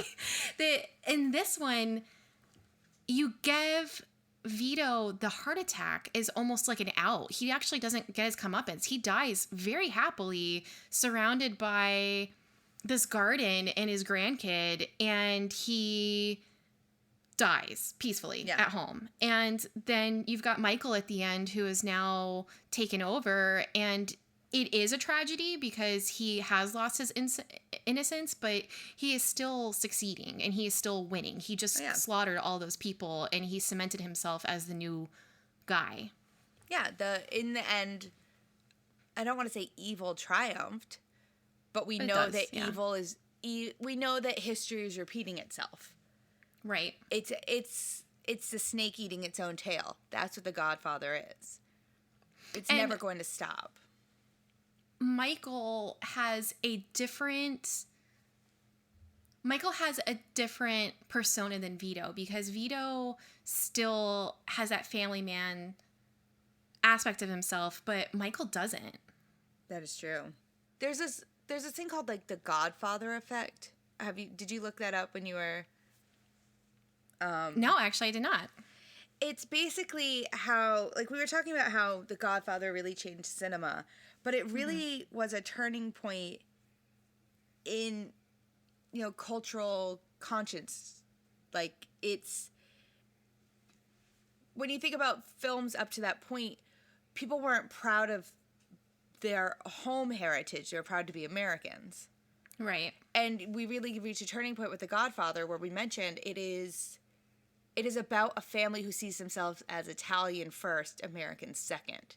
Right. Even though most of the people in the family were born on American soil. So it brought about this kind of... There's this whole book about it. It came out in 2012. And it's basically about how The Godfather put an emphasis on a proud ethnicity. So it didn't just change the way Italian Americans saw themselves, but how Americans of all backgrounds really viewed their national self. Right. And how they could use that. And I think when you think about it that way, and you see kind of what came out of cinema and what's still coming out in cinema now, in television and TV shows, there is this like very proud heritage stuff that comes out after The Godfather is released. Yeah. And I wonder, like, would we have had that if we hadn't have had this movie or this book? Well, and I was reading about how Coppola wanted to make sure that he wasn't doing a bunch of stereotypes. Yeah. And that was like his big fear about adapting the book, was that he didn't want it to come off as painting Italians in the wrong light or fall into, the horrible stereotypes. And you mentioned Disney. I mean, Disney has a decent amount of bad Italian stereotypes. What? You mean Tony from Lady and the Tramp isn't like a positive Italian stereotype? Worse than Tony is Pinocchio. We're not going to talk about that. Oh, boy. We're not talking about that. But I think that he succeeded in what he was doing because it is a movie about a bunch of morally corrupt people. So it's hard because I think you fall into the same problems in a lot of different cultures. It's not just like Italians or anything. Like you talk about, I'm Irish and we're known for being drunk and brawling with people, and frankly, I know people in my family that were like that. So it's a little hard to play like truth with stereotypes and everything. And The Godfather, without it, this movie actually introduced a lot of Italian words and culture to people on a larger scale than what they had known before. Yeah. So I think that he succeeded in doing it in both a positive, but also a truthful to the book way. And I think that he did it in such a way where, honestly, you could take the Italian aspect out of it and just have it be this family drama, and it still plays out. You could map, like you said, map the Irish over it. It's an Irish family drama. It could be any other culture could easily slide into what this story is, and it still works. And I think that is a true test for, a really good film, and it works. This is like High Fidelity. You could put it anywhere. It is, and it goes back to the whole Greek tragedy thing. This is a story of a family, and it just happens to be the mafia, but it could just be a king somewhere in 1500s. It could be the same story. Yeah, you could put this in the Marvel Cinematic Universe and it still works. Well, and I was reading about how that's Black Panther. Black Panther is partially inspired by The Godfather because it's the whole succession and infighting. Oh my God, that makes so much sense. Oh, now I have to watch Black Panther and eat a bowl of pasta. Listen, it just makes sense. And that's like we said, it touches there's not a single part of like cinema now that I don't think has been touched by this. Yeah. And I think that's the beauty of it. Like that, I think, is why it's so widely renowned. I think that's why people are always like, this film is like in the top 10 all the time forever, because not so much because it's a film that everybody wants to watch every day for the rest of their lives, but because it has changed things culturally in ways that, we're still figuring it out. Mm-hmm. It is nice to see younger Al Pacino, and actually a few of the actors when they're a little bit younger, because I think that some of the actors like Al Pacino, Christopher Walken, a lot of those guys that came to prominence in the 70s, Robert De Niro, I feel like they've kind of become characters in themselves. Like they're just caricatures of what they used to be. Like I feel like they, I don't know, they adopted certain characteristics of themselves, and now they just kind of do that. And it's nice to see younger Al Pacino, because the one that you see in The Godfather, Godfather Part 2, Dog Day Afternoon, well, you can kind of see the Pacino coming in Godfather Part 2. It does come out in that one a little bit. But he is like truly, like, I can see why he got nominated for an Oscar so many times. I think that he is just so fucking good. And then you watch like Devil's Advocate and it just like falls to the wall crazy. And it's like, okay, it's Pacinoing up. Well, I feel like a lot of it is like, a lot of people know Christopher Walken and Al Pacino and stuff because, they've been lambasted by like SNL. Yeah. So they have these massive caricatures of themselves on TV on a Saturday night. And then when they get called in to be like, hey, we want you to do War with Grandpa. Can you do that thing that you did? Can you do that funny line that you do? And he's like, I don't do that line. That was SNL. And then they basically want... that was a deep pull there, the War with Grandpa. They basically want the funny. They want War with over the Grandpa top. was a book. We can discuss War with Grandpa on this podcast. We might have to. I kind of want to watch it, but I kind of want to watch it too. But I think that's where we're at now with these actors, is that they, like, look at Diane Keaton, for one. Yeah. She's so sure of herself and so smart with the way she is in both The Godfather and The Godfather Part 2. And then at some point, she ended up playing a character that was just kind of like a nervous Nelly. Yeah. And that's all she does now. Like, right. These actors have been pigeonholed for an extremely long time based off of one single performance or one way somebody saw them. And it's completely changed their career.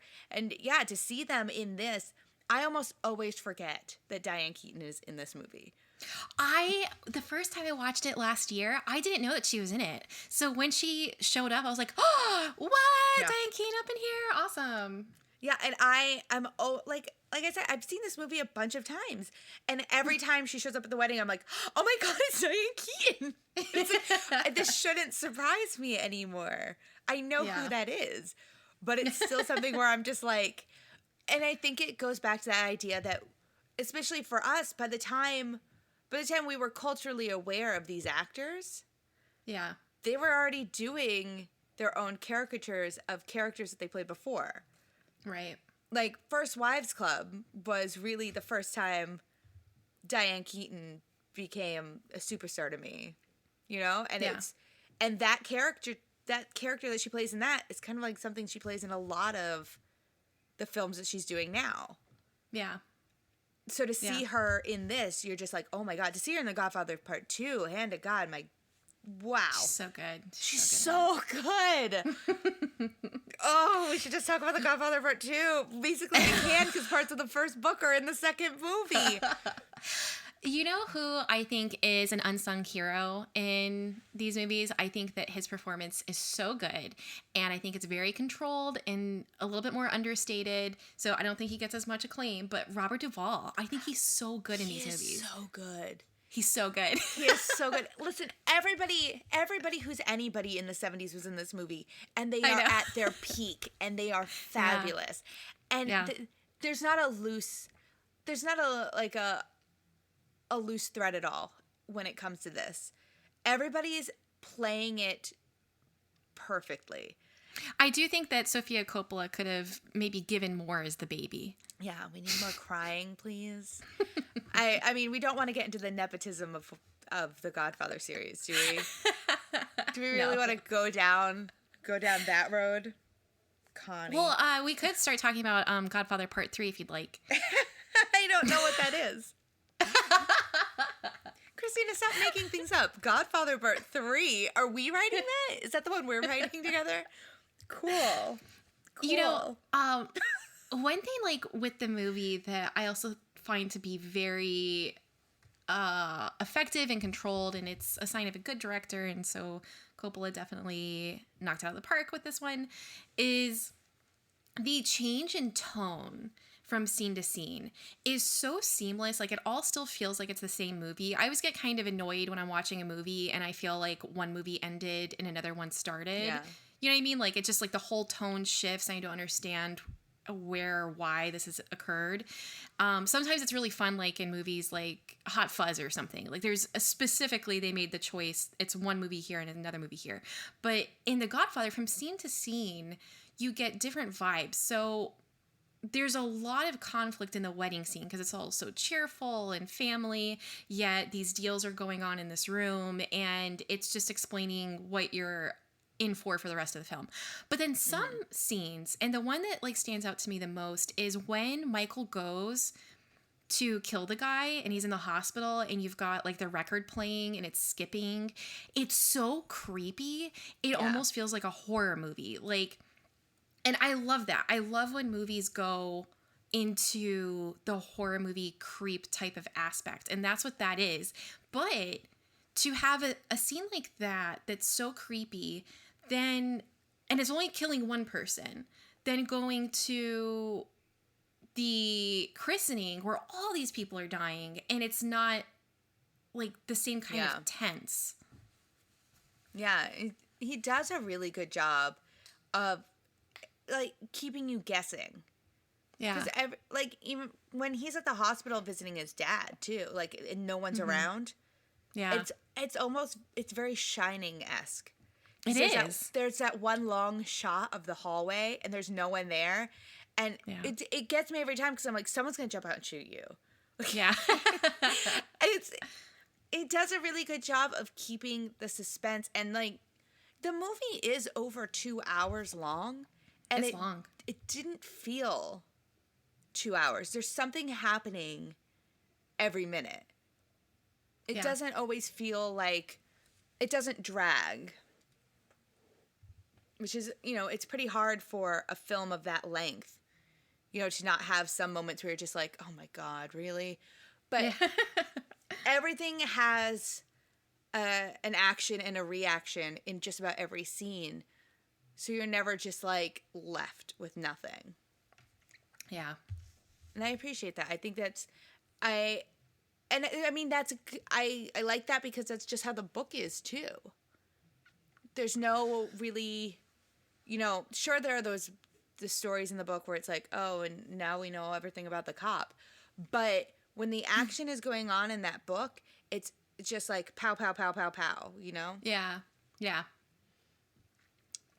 I did find it interesting how the Oscars played out for this movie because the movie won for Best Film, but Coppola didn't win for Best Director. And when I saw that he didn't win, I was like, who the fuck did?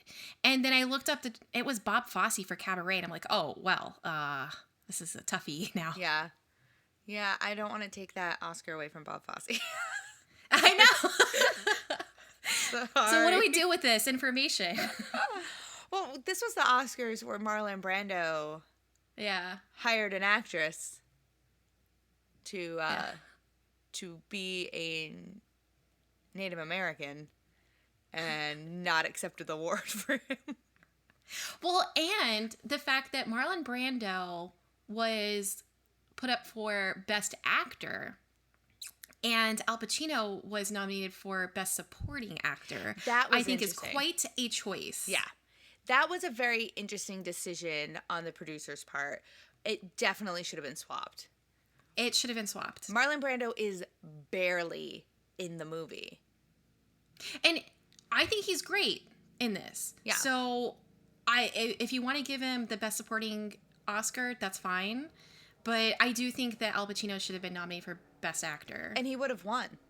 He would have won. He definitely would have won for Best Actor. He definitely deserved it. And he was nominated so many times and didn't win. He was nominated and didn't win for Dog Day Afternoon. Are you fucking kidding me? Yeah. And he didn't win for The Godfather Part 2 either. And I think he's great in that. See, they need us to pick the winners. I think we should.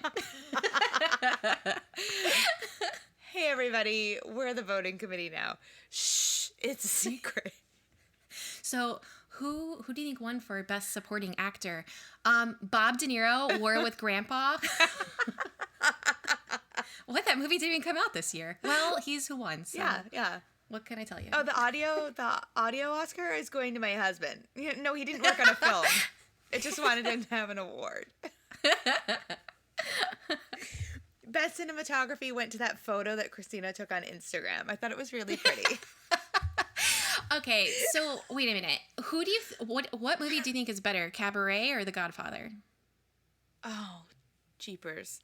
It's funny because they kind of take place around the same-ish time.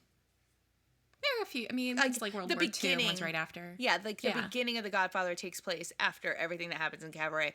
Oh my God, is Cabaret a prequel to The Godfather? Oh my God, it is. Oh my God. Michael was there. He was one of the American soldiers. He was definitely in that theater watching Liza Minnelli. And that's what changed his life. And that's why oh my God. He saw what happened to that young couple, and that's the reason why he got together with Kay. Yes. Yes, it all makes sense. Yeah, there needs to be like an after credit scene in Cabaret where Michael is coming back from war and he runs into Kay's arms, and that's the end of Cabaret. Yeah. And then it goes straight into The Godfather. And then The Godfather Part 2. So I guess you are right. There are 3 Godfather films. Cabaret, The Godfather, and The Godfather Part 2. We put that on like the Walmart $5 DVD compilation. The Godfather collection. You know, speaking of when Brando didn't accept the award, I went back and I rewatched it. That like really awkward sauce. Yeah. I think you meant awkward gravy. Yeah, I watched that awkward gravy. And you know, I think what really bothers me about it is when you hear the boos. Yeah. When she says like, you know, he has decided not to take this award because of the treatment of Hollywood on Native Americans, and then people boo. And I just don't think that you would get the same type of reaction now. I think that if someone were to do something like that, I think it could open up a dialogue. Like you might think, oh, they're just doing it for attention or pretension. Yeah. But it is just a little chilling when you hear those boos. Yeah. But knowing what we know now. Knowing what we know now that he hired her, she's an actress, she's not even Native American. Yeah. That makes me mad that, you know, we see this clip and we have these sort of feelings because, yeah, it's upsetting that they're all booing. And what she's saying is true. It's a fact. Like, that there should be more, you know, conversation around how Hollywood, not just like Hollywood treats everybody. Should be a huge open dialogue about this. And she's being booed for it. But on the other hand, she was paid to do this. And it's Marlon Brando. Yeah. Marlon Brando, to me, is a lot like Frank Sinatra, which is funny because Frank Sinatra, there's some stuff with him in The Godfather. But Frank Sinatra was not a good guy. And the more I learn about him, the more I think he's sorry. What? Hold on. You mean the guy who sent divorce papers to Mia Farrow while she was in the middle of shooting Rosemary's Baby is not a good guy? The guy I'm reading right now, Yours Cruelly, the Cassandra Peterson Elvira book, and she talks about meeting Frank Sinatra in Vegas, and she introduced herself and put her hand out to shake his hand because at the time she was a showgirl, and he just looked her up and down and said, "Nice tits." And then didn't speak to her after that. A nice guy, real nice guy. So it's like the more I learn about Frank Sinatra and Marlon Brando, the more I just think they're the biggest pieces of shit. Yeah. But is that stopping me from listening to the Sinatra Christmas music already, even though it's not even Thanksgiving yet? No. Does that stop me from watching all of Marlon Brando's movies? No. Maybe it's because they're dead that I'm kind of okay with still being entertained by them. But I mean, Marlon Brando to send an actress as a Native American, but the dude wore blackface and brownface multiple times in his career. Shut the fuck up. Yeah, when it comes to a lot of that stuff with like the Frank Sinatra stuff and the Marlon Brando stuff and them being like total dicks, I think a lot of it also comes down to the fact that they, at the time when they were at the height of their popularity, we didn't have what we have now for keeping track of celebrities. And I don't mean that in a weird stalker way. I mean like paparazzi. That's what I meant to say. We didn't have paparazzi like we have now back then. Mm-hmm. So a lot of that stuff got swept under the rug, you know? Yeah. So nobody wanted to speak up and say anything because they didn't want to be retaliated against. So we didn't know a lot of this until, you know, the ends of their career. So I think that's why, you know, we're still pretty much okay with like, listen, as an Italian American, I do listen to Frank Sinatra. Sorry about it. Dean Martin, all of the Rat Pack. Dino. You know what? But you know what? They're all crazy. They're all messed up. They're all monsters. And you know what? Can't help it. White Christmas is one of my favorite movies. Don't even get me started on the mess that is, okay? Right. I mean, Jeepers H. Christmas. They have a whole minstrel number in it. But let's forget about that for a minute. I think that that's why we're kind of like, that's why we have this kind of like 2020 hindsight vision on, especially what happened at the Oscars for Marlon Brando. Because a lot of that information wasn't available to us at the time. In fact, you and I weren't even born yet. Well, and even just the Godfather movie itself, there's a lot of stuff that is touted as interesting movie facts that we're supposed to, I think, be in awe of. So, like, one of them is when Vito slaps, what's his name, Fontaine? Oh, yeah, he really, Fontaine.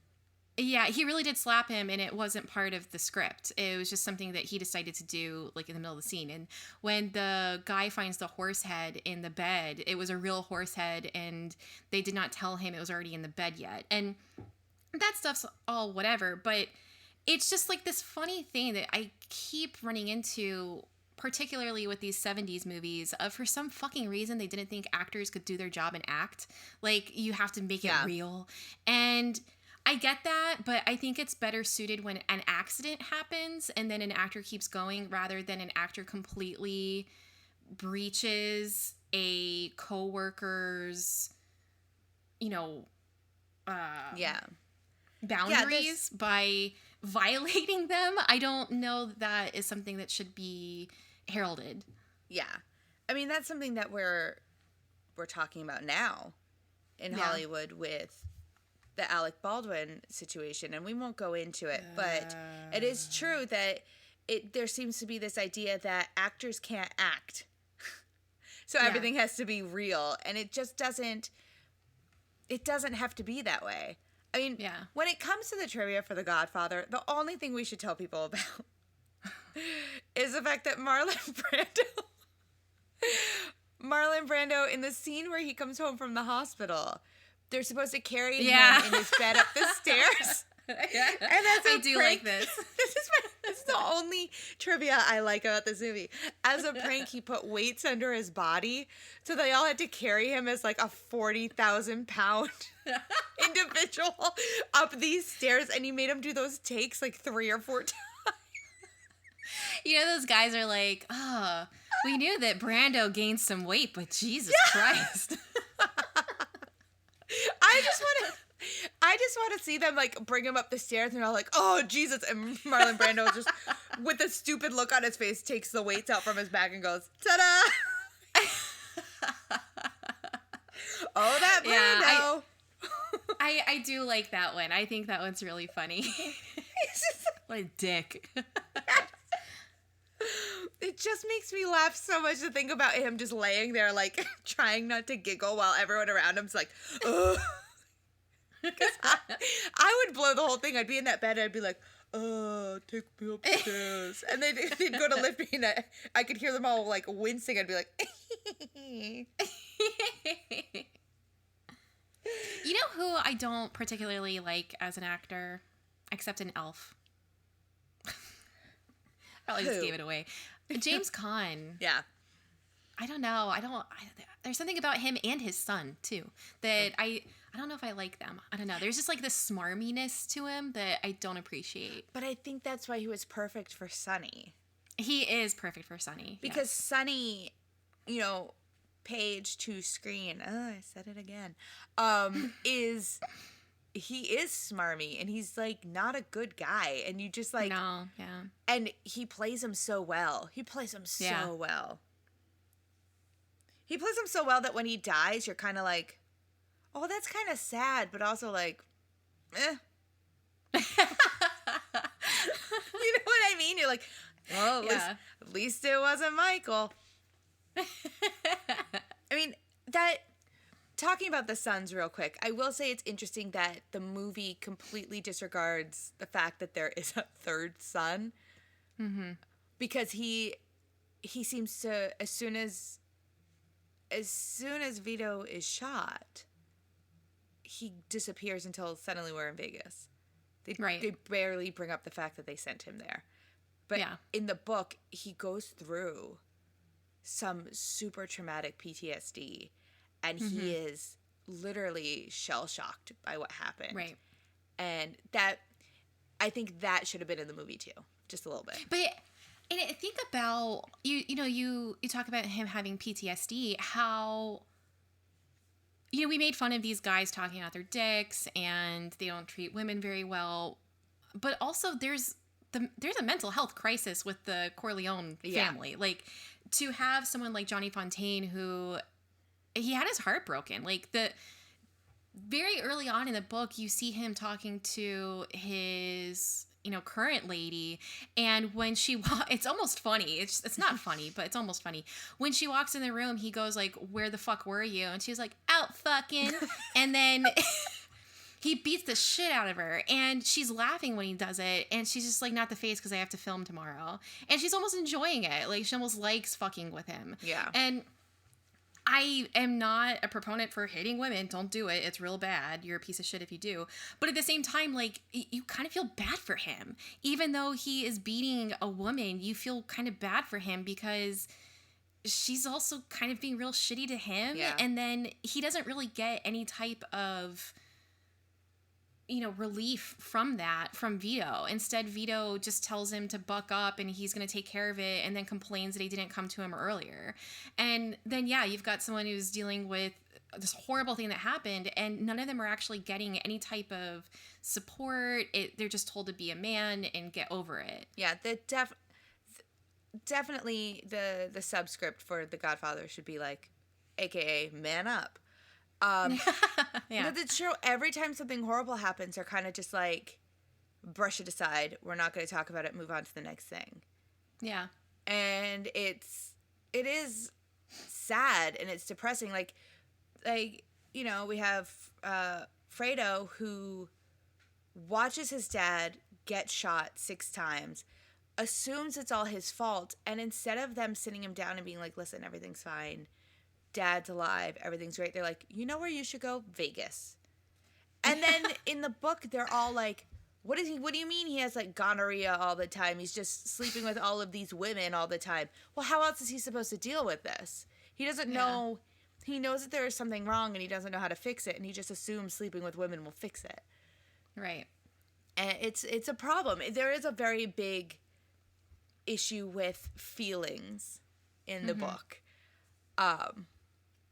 And if this were to be remade today, which I don't think you could never remake it today. No, it's not necessary. It's not a necessary thing. Please stop. I know we said that we wanted the whole cast of Dune in there. Don't worry about it. We'll CGI you. I forgot we said that. We did. We were like, Oscar Isaac as Sonny would be great. You would be. But maybe we don't. Maybe we don't do this. But if somebody were to maybe make a TV series or something off of this, I think that there would have to be some massive changes in the dialogue. Like, if someone were to maybe not make a remake, but update it, keep the story similar.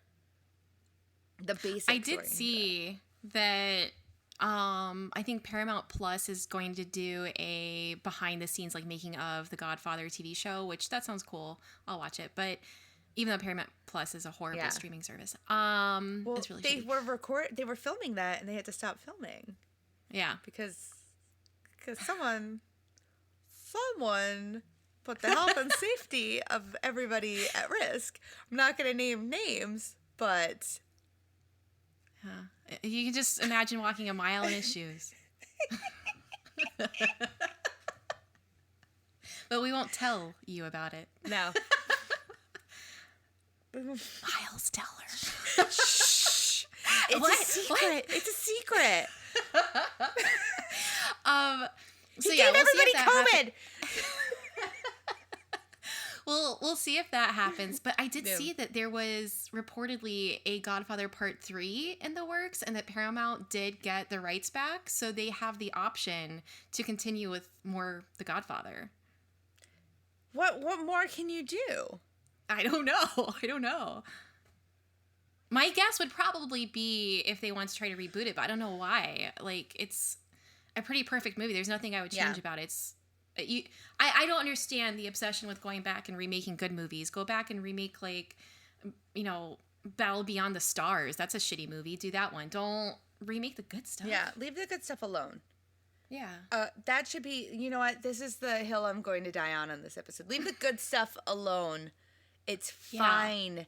It doesn't need to be remade. Just don't even look in its direction. Just turn around. You have the same energy of like a parent hitting a wrist. I do. I'm so Stop it. Like, don't make me turn this car around. Listen, I'm going to count to 3. If I get to 3 and you're still thinking about making another Godfather, so help me God. 1, 2. That's what I thought. That's what I thought. Paramount. The Godfather is just such a pop culture movie. I mean, I just remember growing up and there were like posters. It's like you always saw The Godfather, Goodfellas, Pulp Fiction. Like those are always the posters that you saw. And it's been made fun of so many times. It's in so much stuff. But with me watching it for the first time last year, I already knew a bunch of stuff that happened. Like I knew about the horse head. I think that's so famous. Like you can't not know about it. Yet when it happened, it freaked me out. Oh, yeah. And then there were other things that I didn't know, like when the wife in Italy dies, I was shocked. I'm like, oh! And I think that's a sign of a good movie. Even if you know what you're going to get and it still impacts you, I think that's a really good movie. Because if a movie is only good because of like a twist or because of the first time you see it, then, but to have such a good film, even if you know what's going to happen, that's a good movie. Yeah. I agree. I think that's a good place to leave it. There you go. We like The Godfather. We do. What do you prefer, the book or the movie? I don't think you can separate the two. They're the same. Yeah, they are the same. What I like about the movie is everything. And what I like about the book is that it gives you just... It's almost like, it's funny. The book feels like when something like Josie and the Pussycats comes out and then they create a novella of the movie. Yes. That's what this feels like, except the book came out before the movie. Yeah. It's so bizarre. It's like everything feels kind of backwards with this because the book gives you just so much more. Yeah. So yeah, why? Where do you stand on it? What do you like more, the book or the movie? The movie. Yeah. I put the movie above the book, but I would highly recommend the book, especially if I were to talk to someone and they said, "Oh, Godfather is one of my favorite movies." I'd be like, "Well, you need to read the book." Yeah, agreed. But I guess that leads us to everyone's favorite part of the podcast. I mean, we're really getting down to the end now. We don't have that many books left. In fact, I think the next episode is our last, or second to last, one of our last new books going on this list is next week's episode. So, oh my goodness. It's a big one. Then we have the big unveiling of the final list. It's going to be... Well, I feel like we've had several books in a row that were really good adaptations. Yeah. It's like we saved the good stuff for the end of the year. Yeah, we didn't mean to do that. It just kind of happened. Yeah. Oops. My bad. Okay, so let's get into it. We'll see you guys in a minute when we figured out where we're putting it. That's what she said. That didn't take us long at all. We're back. No. It's funny because the last couple of books, and by the last couple I do mean our vampire month, Kristina and I were really on the same page. In a really spooky way though. Like that was a witchcrafty month for us. Yeah, we picked the exact same spot for our rankings for these two. This one we were close. We were very close. We were one away. Yeah. And we determined this placement using Rosemary's Baby as our guideline. Which I still can't believe how perfect Rosemary's Baby is page to screen. Nothing changed. Nothing at all. It's exact. It's so spooky. It's almost like you're reading the script to the movie. So with that being said, and that is our major guideline, basing off of that information, The Godfather is, page to screen, pretty much the same thing, only slightly edited. So here's our new book list, and it shouldn't surprise anybody. First place, Rosemary's Baby, Always Forever. Hail Satan. Hail Rosemary. Hail Adrian. Hail Vito. Coming in at second place is The Godfather. Woo! It's great. Followed by The Wizard of Oz, High Fidelity, Interview with the Vampire, Emma, Hell House, Waiting to Exhale, Jaws, A Night to Remember, Who Framed Roger Rabbit, Jumanji, The Birds, Forrest Gump, Twilight, Born on the 4th of July, Valley of the Dolls, Mommy Dearest, Old Possum's Book of Practical Cats, Ready Player One, and Eat, Pray, Love. I forgot we read Ready Player One this year. I was just reading this list and went, no, we didn't. Yes, we did. Wow, I can't believe it. It's interesting too that the top two, you've got Rosemary's Baby, which is not about, but one of the strong threads throughout it is just like the fear of motherhood and what the patriarchy does, and then Godfather, which is a lot about like fatherhood and family and what all that means. So they actually have some overlapping themes. They really do. They really do. Wow. This list. Every time I look at it, I'm just like in awe that we did this. I know. It's such a fun collection. Like there's not, I don't know, it's very different. So I'm excited. I know that we're not at the end of the year yet, but it's just getting very close. And like the books that we've talked about for next year, it's just fun. It's like a lot of different stuff. Yeah. I'm excited to see where we go. It's going to be great. Yeah. Yeah. But before we get to the end of the year, we have to continue our month of dysfunctional families. Because the holidays are stressful. And if we learned anything from the Corleone family, you can't predict what your family's going to do. Mm-hmm. So we're going to carry that theme over. And Kristina, what's coming up next? Well, next, and it also continues the theme of, immigration and American and also your culture and family. It is Crazy Rich Asians. I am so excited. Yeah, me too. I've never seen the movie, never read the book. I have no idea what I'm getting into. I read the book, and I clearly remember Jesse being like, I'm not seeing that movie. And I was like, we're going. And we went to a brunch screening at the Alamo Draft House. Sounds like fun. Since the movie became available on HBO, we have probably seen it like 50 times. Jesse loves really? it. Yes. Oh, I didn't realize that. Jesse ended up loving the movie. So everyone, force your husbands to go to the movies. They'll love it. I mostly want to know like nothing going in, but it's like a comedy, right? Yeah. It's a comedy. Is it like a romantic comedy? Yeah, I would say it leans into the rom-com. Like family drama rom-com situation. Okay. Am I going to cry? I don't know. Will you cry?